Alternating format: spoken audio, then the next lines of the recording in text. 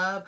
Welcome to the Redefine Me channel. Tasha is checking in with another video, and this is going to be the lunchtime language segment, y'all. Yes. If y'all are new to my channel, welcome. Go ahead and like this video, comment in the comment section, and most importantly, subscribe to the Redefine Me channel, okay? If y'all are not sure what lunchtime language is, I started this a couple of months ago, and this is when I come live and I talk about hot topics and current events. I sound off my opinion on it, and I let you sound off in the comment section respectfully, okay? So I'm gonna give YouTube a few minutes to have them let people know that I'm on. They do take time to let them know that I'm on. However, for you all who are subscribed to my channel, make sure that your notification button is on. That means that little bell, when you click subscribe, that little bell is highlighted and it's on. That way you get all the notifications from when I go live or when I post something or what have you. So we about to get started. I hope you all are having a great, happy Tuesday. I got a lot to talk about. So my schedule has changed, y'all. So normally I would do this live at like 7:30, but I no longer had that work schedule anymore, and I called it lunchtime language because I would do it on my lunch break. But that schedule has changed. So I'm still going to keep the name lunchtime language. So we're about to get into the topics of today because it's a lot going on within the past week and as of recent. Okay, so first topic up, and if I look down, I'm taking notes. First topic, James Earl Jones passed away. He was 93 years old. Rest in peace to James Earl Jones. He was 93 years old. He lived a long life. If y'all don't know who James Earl Jones is, he is an actor. He played Mufasa on Lion King. Remember Mufasa, the father of Simba? He played that voice over. He played in Welcome Home Roscoe Jenkins with Martin Lawrence. I think Monique was in there. A couple of other people was in that movie. He played on Coming to America as the father. He played a lot of different roles. His voice was so iconic, and James Earl Jones will be missed. Rest in peace, James Earl Jones. And I think I read something on him where he didn't even really talk until he was about 9 years old or something like that. But he has a very iconic voice. I've always loved his voice, and so rest in peace. He lived a long life. He was 93 years old. Okay, moving on to the next topic, y'all. So I live in Georgia, and we had a school shooting that happened in Winder, Georgia. I don't know if you all have heard about that. Winder, Georgia, from where I live at it's probably down the street. But anyway, it was a school shooting there. I think it was last week. So it's the second day of school when that happened. Um, okay. I don't know who that is. Hold on, y'all. Okay, so it was the second day of school when that actual incident had happened, right? And so I did not get the young man's name. However, he had said that he was going to do this a year ago, right? And instead of them pulling him from the school, the authorities decided to set up some type of how you doing? I cannot pronounce your name, Claude. Claude. Welcome to the live. They set up an app about it, and so the app is supposed to, for the school officials to alert the police if something happens, because he told them what he was going to do a year ago. Instead of the school system pulling him from the school, they decided to keep him in the school but make an app to alert police if something crazy had happened. So the father of the young man, he is facing charges. The young man, I'm pretty sure they might try him as an adult. He's 14 years old, and it's just a shame. It's just a shame. It's just a shame. What's up, Angel? Okay, I'm back, y'all. I had reconnection issues or something. Make sure y'all smash that like button. So I don't know what the name of the app is, but the father is facing charges because of that, and he should, because he ended up buying the young man a gun, I think for Christmas. So why would you buy your child a gun if your child told you that he's going to take out some people at his school, that he was going to do a shooting or what have you? And sidebar, I don't want to offend anybody, right? But every time we hear about these school shootings, it is the kids of the Caucasian persuasion. Yes, Angel, the dad brought him the weapon as a present, a gun. And even though, you know, he said what he was going to do, it is always the Caucasian kids that go and shoot up these schools. Let me tell you something. When I was in high school, right, and I was having maybe a moment where I did not like high school, you know what I did? I cut school. I'm not advocating cutting school, right? But if school is bringing you down, fake a sickness, cut school, do something. Like, why in the world would you sit up here and continue to come to school if you're being bullied? And I don't think anything was happening to him. It was the second day of school. How could you have went and did this at the second day of school? And shame on the parents for allowing this to go down. I just do not understand. It's the parents. It starts with the parents. It really, really does. He's 14 years old. He's old enough to not to know the difference between what to do and what not to do. I think he had a mental issue, and I also think that the parents were at fault. Your teacher makes you cry, Angel? I'm sorry to hear that. I am sorry to hear that. I'm sorry to hear that, Angel. I hope school gets better for you. Yeah, a lot of kids don't really see it for school, but you know, just keep in mind, just stay focused. Try to do your schoolwork to the best of your ability. Definitely talk to your parents about what's going on, and the parents need to really listen to their children. Put your phones down, focus on your children, and just, you know, oh God, hold on, y'all. I'm trying to get rid of this individual that is just creating a problem. I'm trying to ignore him. I'm trying to get rid of him. And I don't know. Maybe if I keep reporting him. Hold on, y'all. I'm so sorry about that. Okay. Hold on, y'all. I'm sorry. All right. So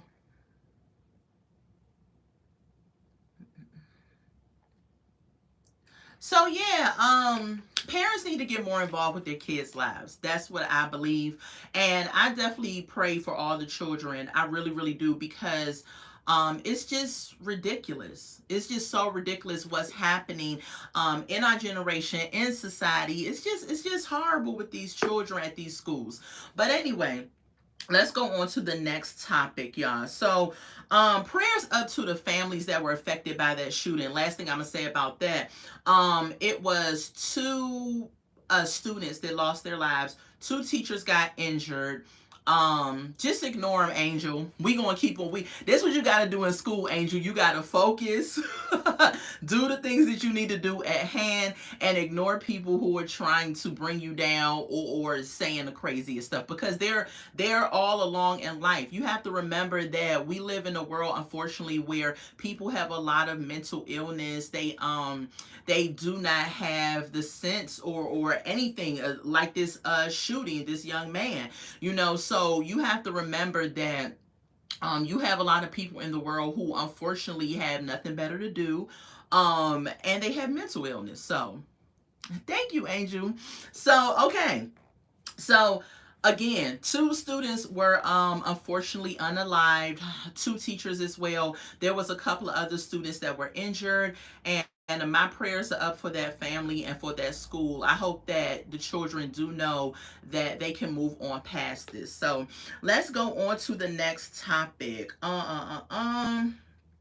The presidential debate, y'all. So former President Trump and Donald Trump and Vice President Kamala Harris is going to debate tonight on NBC at 8 p.m. Will you all be watching? I am definitely going to aim to watch it. However, I may be taking my nap before I have to go to work. I gotta be to work at midnight. So they're gonna be debating, and yeah, we're gonna see what happens. I don't know. This is must see TV. I have not heard Kamala in a debate, so I do not know what's going to happen from that. And you said it's cool. My dad was gonna, but he don't wanna. Yeah. A lot of people may not want to watch a debate, but I think this is going to be interesting because this is going to be the first time that she has actually came out and had a debate about some topics and things of that nature. And so I can't wait to see it. I'm going to try to see it. If I can't see all of it, I'm going to tap into a few minutes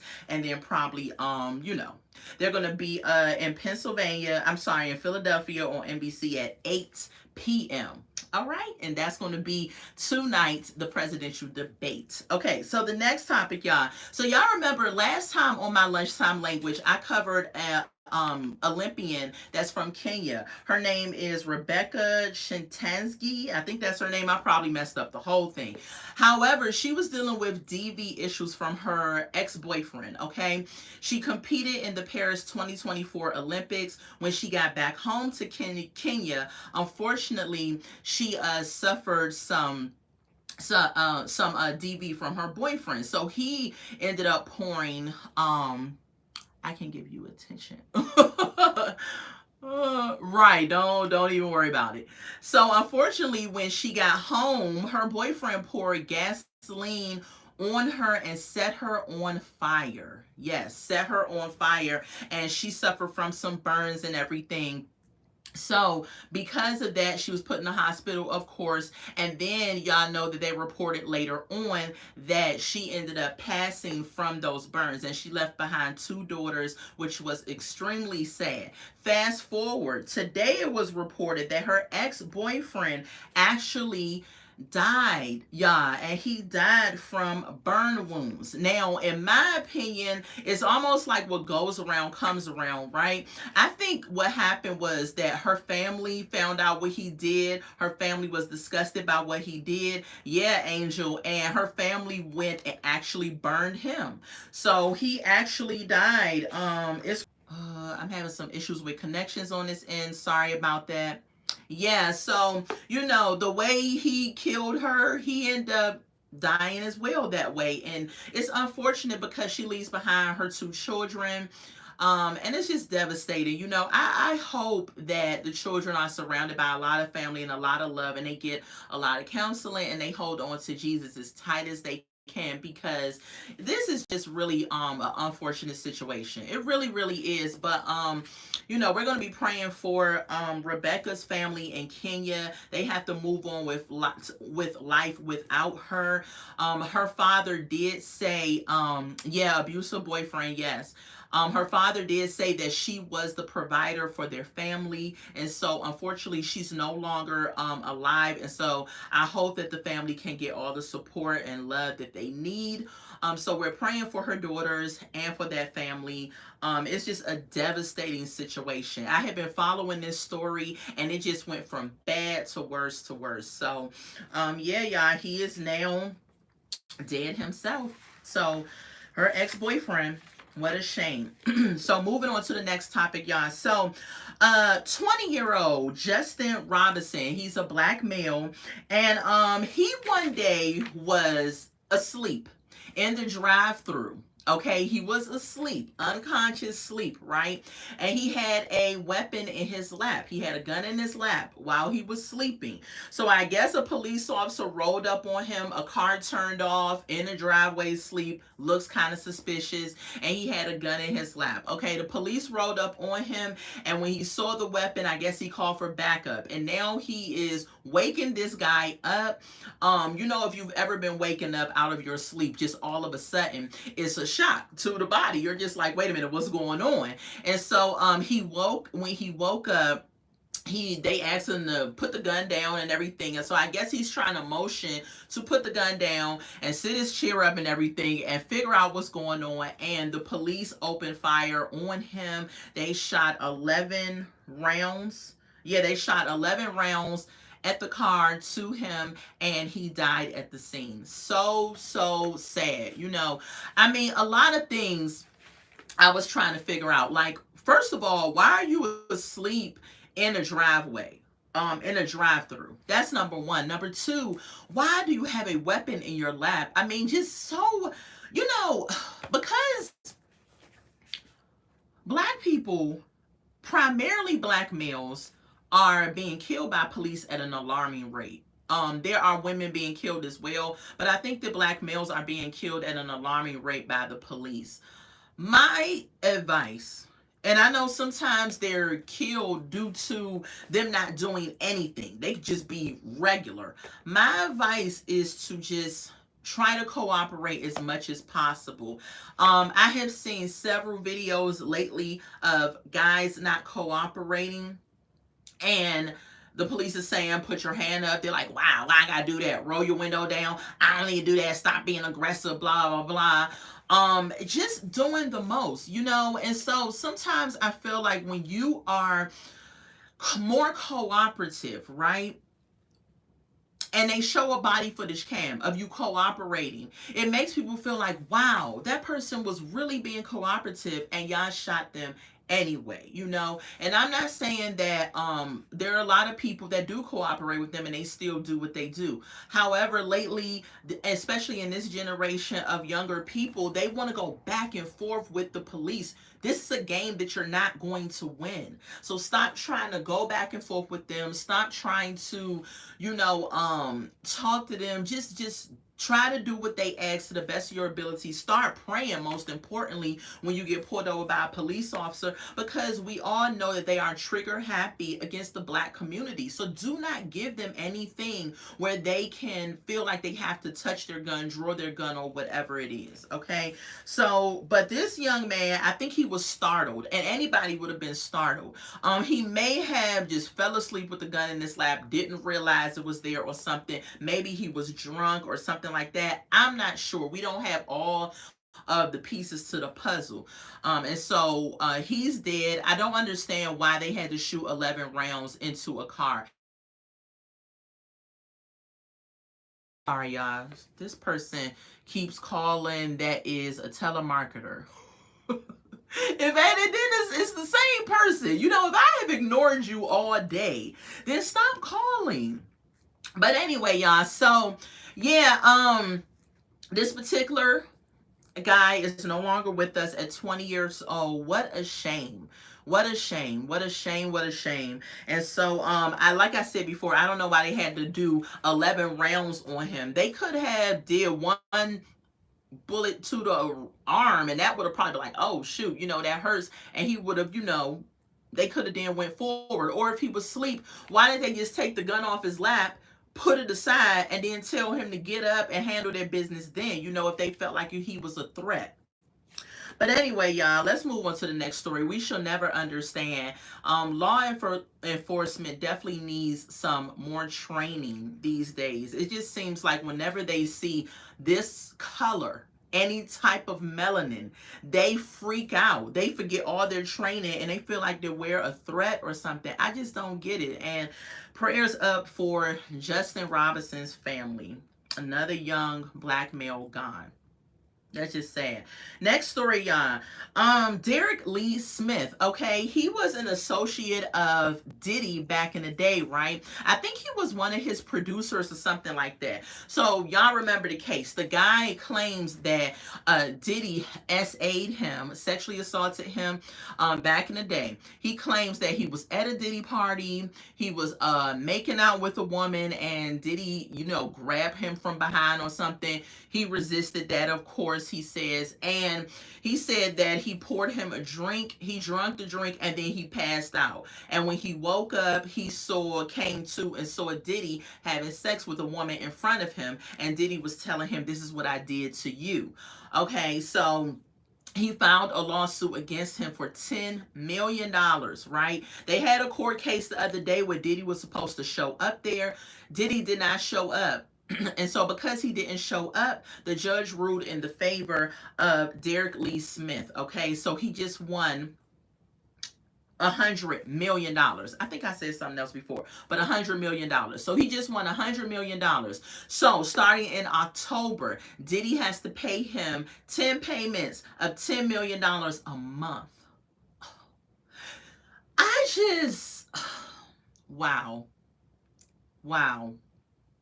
To think about a person being able to do that, like you're that successful.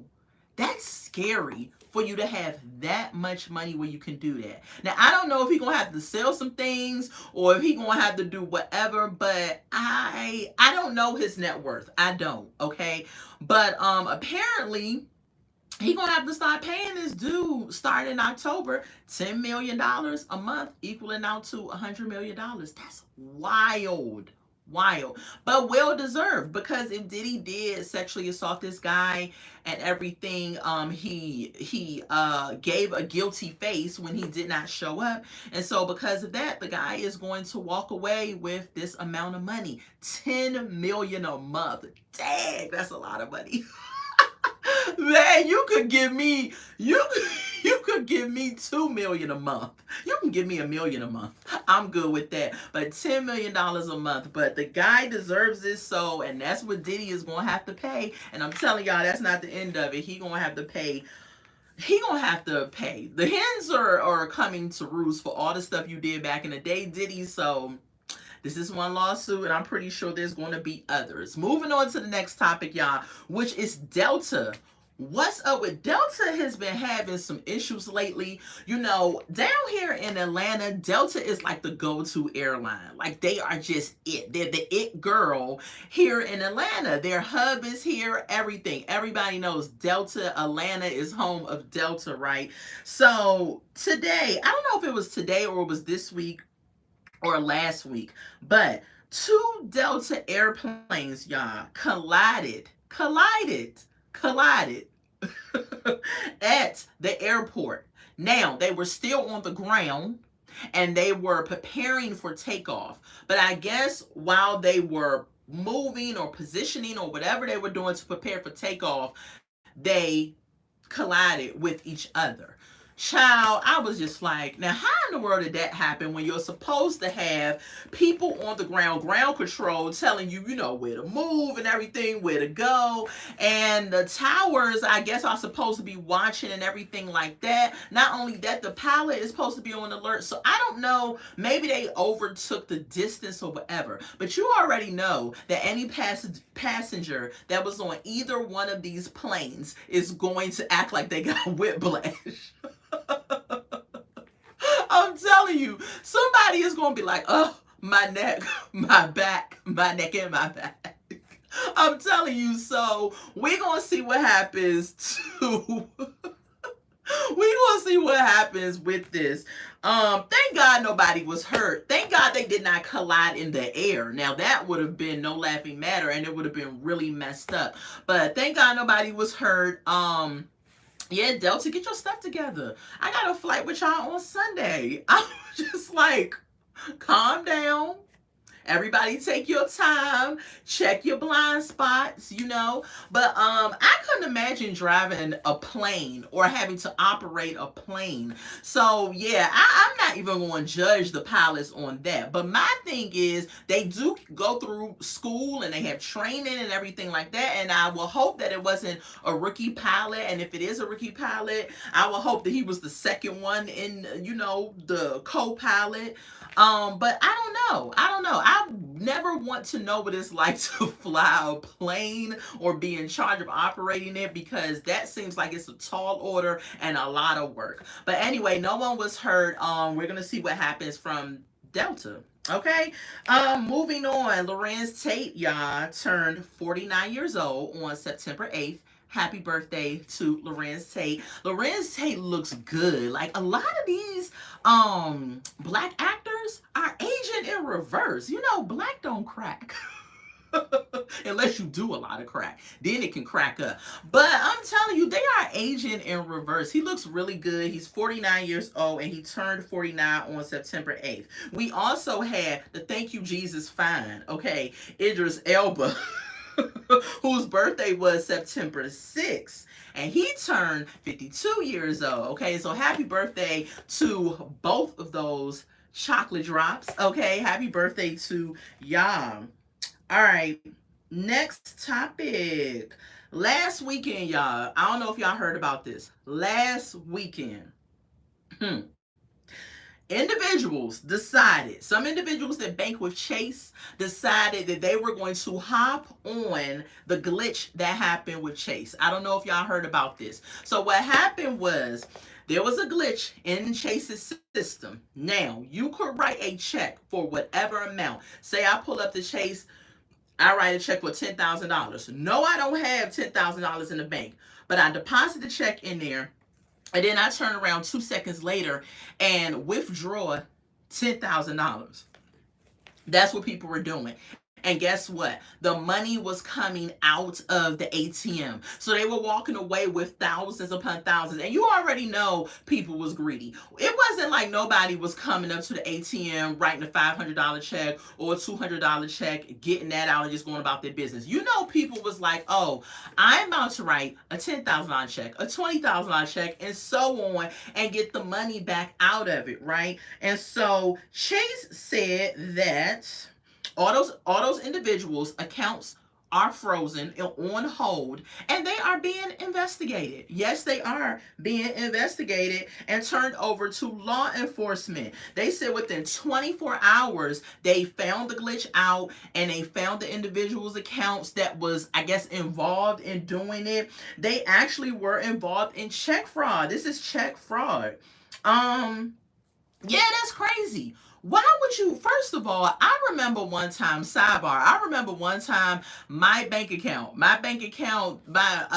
messed up, and they had gave me a certain amount of money in my account. I believe it was like $5,000 or something like that. It was some thousands of dollars, right? Now, I knew I didn't have that amount in my bank, but baby, I was not going to touch it.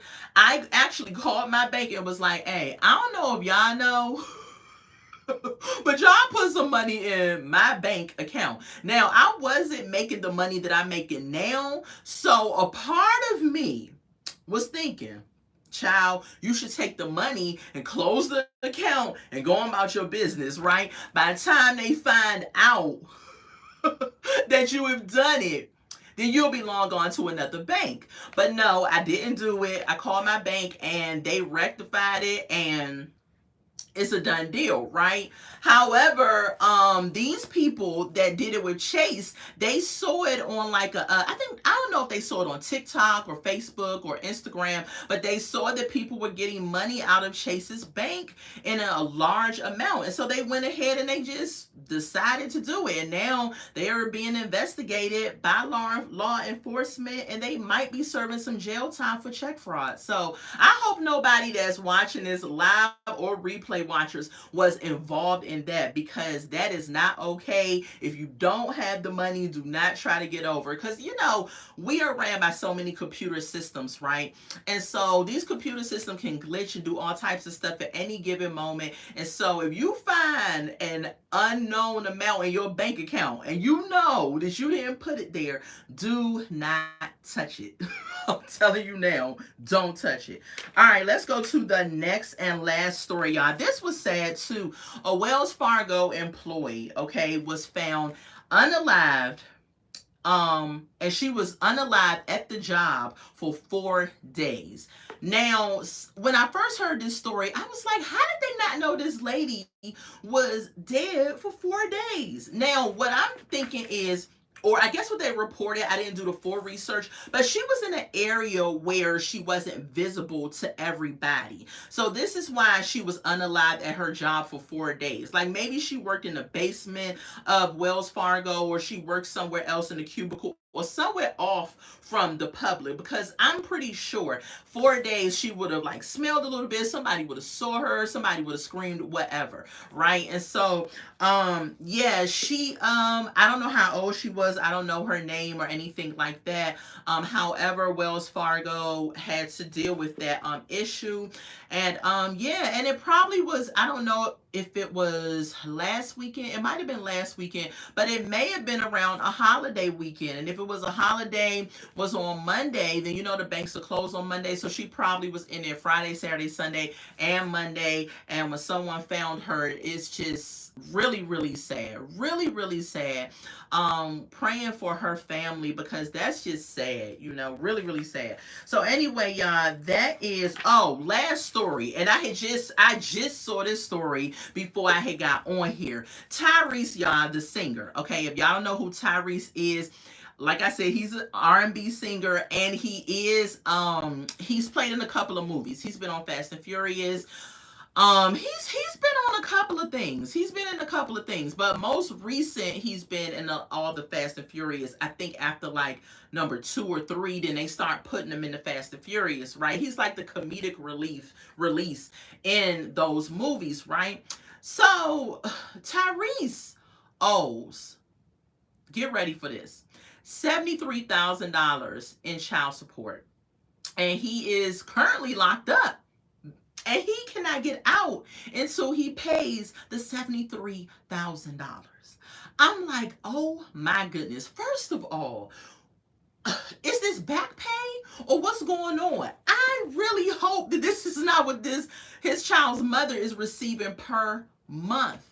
And I'm just like, Tyrese, I know you got the money from them Fast and Furious checks, right? So why not just pay it? But if he had the money, then he would have paid it and been out of jail, because I don't know nobody who wants to sit in jail longer than they have to, right? But $73,000, y'all.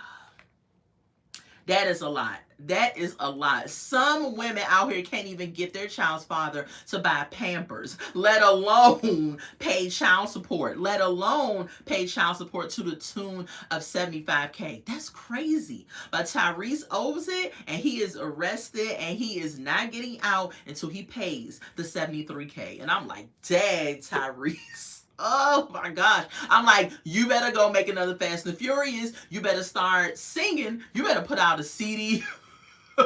You better have a GoFundMe or something, because that is a lot of money. That's a lot of money. So, but we'll see what happens with that, y'all. So anyway, just to recap, thank y'all for joining me. Shout out to the replay watchers. Go ahead and like this video. Comment in the comment section which story is interesting to you. And most importantly, subscribe to the Redefine Me channel. So we talked about James Earl Jones. Y'all know he passed. He was 73 years old. Rest in peace to him. The school shooting in Winder, we touched on that.